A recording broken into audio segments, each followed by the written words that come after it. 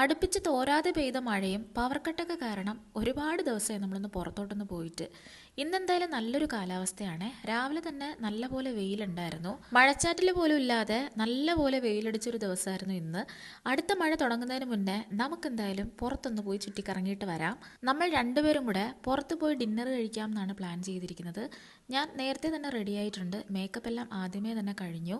എല്ലാ പ്രാവശ്യവും മേക്കപ്പ് ചെയ്യുന്നതിന് മുന്നേ തന്നെ ഞാനൊരു ഫേസ് മാസ്ക് യൂസ് ചെയ്യും.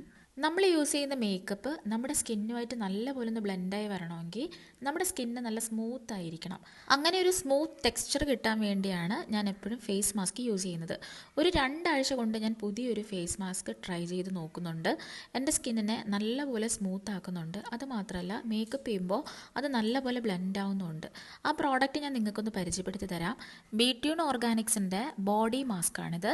രക്തചന്ദനം, വയമ്പ്, മഞ്ചിഷ്ട, ജഡാമഞ്ചി, റാഗി, നവര അങ്ങനെ തുടങ്ങി 33 ആയുർവേദ ചേരുവകൾ ചേർന്നിരിക്കുന്ന നല്ലൊരു ബോഡി മാസ്ക് പൗഡറാണിത്. നമ്മുടെ മുഖത്തും അതുപോലെ തന്നെ നമ്മുടെ ശരീരത്തിലും ഈ മാസ്ക് നമുക്ക് ഉപയോഗിക്കാം.